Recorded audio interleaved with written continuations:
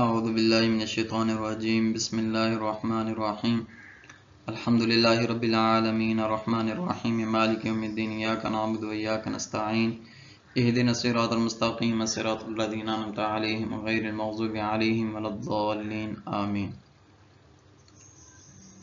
آج سے گزشتہ ویڈیو کے اندر ہم نے چند سوالات پڑھے تھے۔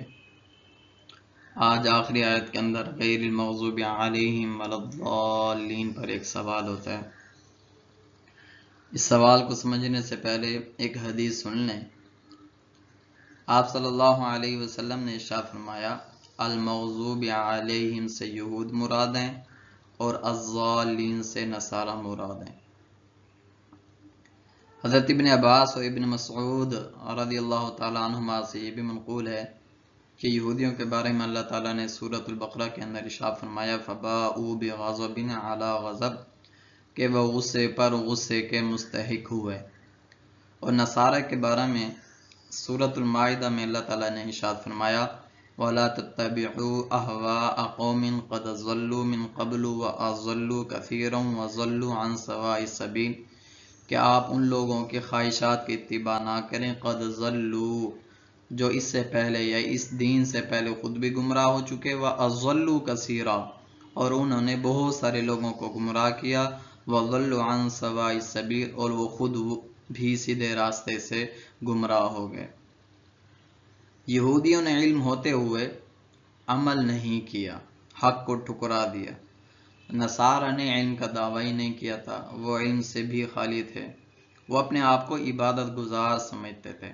ان کے جو راہب تھے وہ پہاڑوں میں رہتے تھے، طرح طرح کی مشقتیں اختیار کرتے تھے اور عبادت کرتے تھے۔ یہ عبادت کے طریقے خود انہوں نے اپنی طرف سے بنائے ہوئے تھے، اللہ تعالیٰ نے ان کے ذمے نہیں لگایا تھا کہ تم لوگوں سے علیحدگی اختیار کر کے پہاڑوں میں جا کر اللہ تعالیٰ کی عبادت کرو۔ تو جو بندہ علم ہوتے ہوئے عمل چھوڑ دے وہ غضب کا مستحق ہوتا ہے۔ اس وجہ سے اللہ تعالیٰ نے یہودیوں کے لیے لفظ مغضوبیت استعمال فرمایا۔ اور جو بندہ عمل کا ارادہ تو کرے لیکن بے علمی کے طور پر عمل کرے، غلط طریقہ اختیار کرے، صحیح معنوں میں حق کو چھوڑ دے، تو اس کے لیے اللہ تعالیٰ نے ولضالین یعنی نصارہ کا صیغہ، ولضالین کا صیغہ اللہ تعالیٰ نے استعمال فرمایا۔ ابن کثیر رحمۃ اللہ علیہ فرماتے ہیں اہل ایمان کا طریقہ یہ ہے کہ ان کو حق کا علم بھی ہوتا ہے اور حق پر وہ عمل بھی کرتے ہیں۔ حق کا علم بھی ہوتا ہے اور وہ حق پر عمل بھی کرتے ہیں۔ اگر حق کا علم ہو اور بندہ عمل نہ کرے، یعنی عالم ہو، جانتا ہو، پھر عمل نہ کرے، تو وہ غیر المغضوب علیہم کا مصداق ہے۔ یعنی اس سے مراد آج کے دور میں جو علماء ہیں، جو جانتے ہیں پھر بھی وہ عمل نہیں کرتے، تو وہ غیر المغضوب علیہم کے مصداق ہیں۔ علم نہ ہو پھر غلط طریقہ اختیار کرے، یعنی کسی سے پوچھنے کی زحمت نہ کرے، خود اپنی طرف سے طریقہ اختیار کر کے اس کو ثواب سمجھ کر اس پر عمل پیرا ہو جائے، اس سے مراد یہ ولضالین کا مصداق ہے۔ اس سے مراد عوام ہے کہ ہر بندہ آج مفتی بنا ہوا ہے، کوئی بھی بات وہ کہتا ہے کہ یہ بات یوں ہے، ہمیں اس بات کا پتہ ہے، کسی سے پوچھنے کی ضرورت نہیں ہے، میں آپ کو کہہ رہا ہوں کہ ایسا ہی ہے۔ ہر بندہ کہتا ہے کہ میں ٹھیک ہوں اور جو بات میں نے کہہ دی ہے وہی ٹھیک ہے، یعنی علم ہو یا نہ ہو، جیسے اس کے منہ سے نکل گیا وہی بات قرآن و حدیث بن گئی، اس کے بعد پر عمل کرنا ضروری ہے۔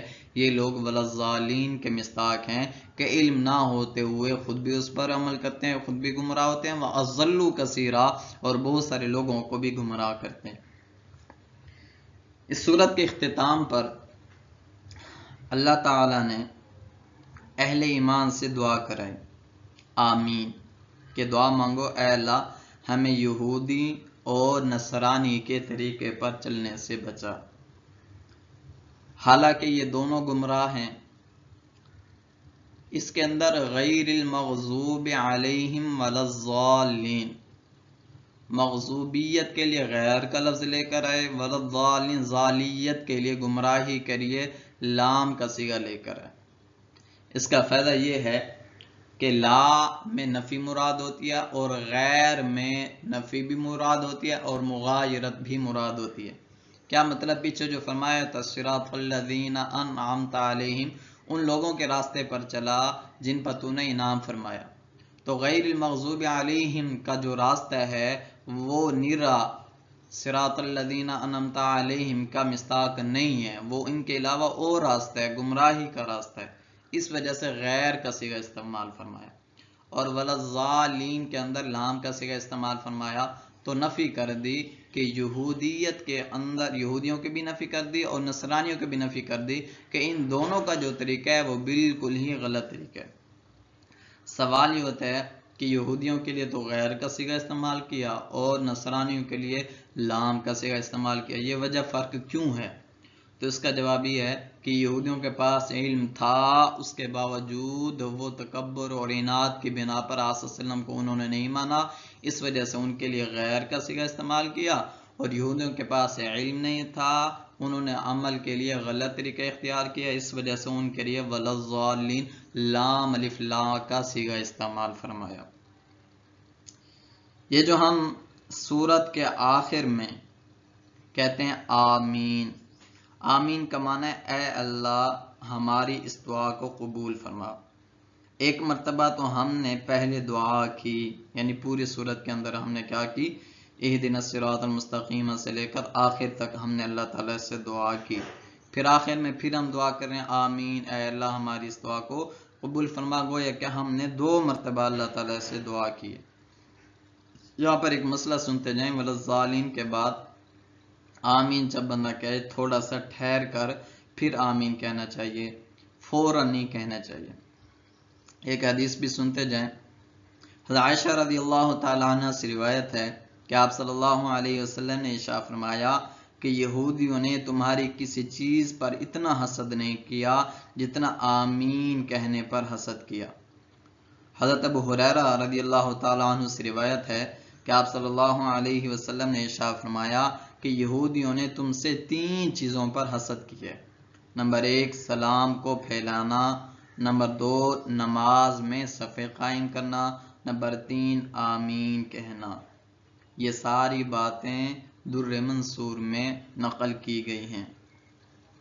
یہاں پر ایک سوال سن لیں، سوال یہ ہوتا ہے کہ بندہ اپنے آپ کی خود تعریف کرے، یہ تو ٹھیک نہیں ہے، تو اللہ تعالیٰ نے اپنے آپ کی خود تعریف کیوں کی؟ یہ کیوں کہا الحمدللہ رب العالمین؟ تمام تعریفیں اس اللہ کے لیے ہیں جو تمام جہانوں کا پالنے والا ہے۔ تو علماء نے اس کے 2 جواب دیے۔ نمبر 1 الحمدللہ سے پہلے قولو صیغہ محذوف ہے کہ بندوں سے خطاب کیا گیا کہ اے بندو جب تو نماز پڑھنے کے لیے کھڑے ہو تو اللہ تعالیٰ سے یوں دعا مانگا کرو، اللہ تعالیٰ سے یوں کہا کرو الحمدللہ رب العالمین۔ دوسرا جواب اس کا یہ ہے کہ یہ جو کہا گیا کہ بندہ خود اپنی تعریف کرے تو یہ اچھی بات نہیں ہے، یہ جو قانون ہے نا یہ بندوں کے لیے ہے، یہ اللہ تعالیٰ کے لیے قانون نہیں ہے۔ اللہ تعالیٰ کے لیے قانون کیا ہے کہ اللہ تعالیٰ اپنی تعریف خود بیان کر سکتے ہیں، جیسے اللہ تعالیٰ نے قرآن پاک میں جگہ جگہ اللہ تعالیٰ نے اپنی تعریف خود فرمائی۔ حدیث شریف میں واضح الفاظ میں یہ الفاظ آئے ہیں لا احصی ثناء علیک انت کما اثنیت علی نفسک، اے اللہ میں آپ کی ایسی تعریف نہیں بیان کر سکتا جیسے آپ نے خود اپنی تعریف کی ہے۔ تو اللہ تعالیٰ ہر چیز کے خالق ہیں، مالک ہیں، اللہ تعالیٰ نے ہر جگہ اپنی خود تعریف کی، کہا ان اللہ علی کل شیء قدیر لہ مقالید السماوات والارض۔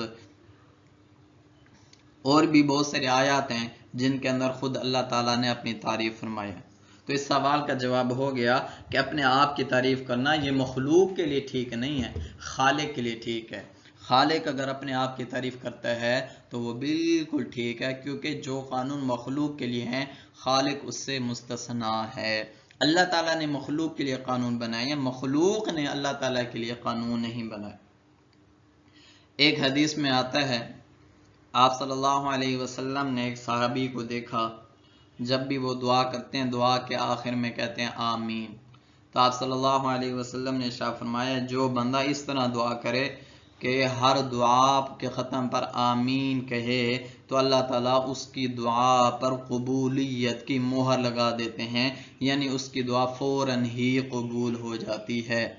اس وجہ سے ہمیں بھی چاہیے کہ جب ہم اللہ تعالیٰ سے دعا کریں تو ہر دعا کے آخر میں ہمیں بھی آمین کہنا چاہیے، تاکہ اللہ تعالیٰ بھی ہماری دعا قبول فرما لیں۔ وما توفیقی الا باللہ وما علینا الا البلاغ۔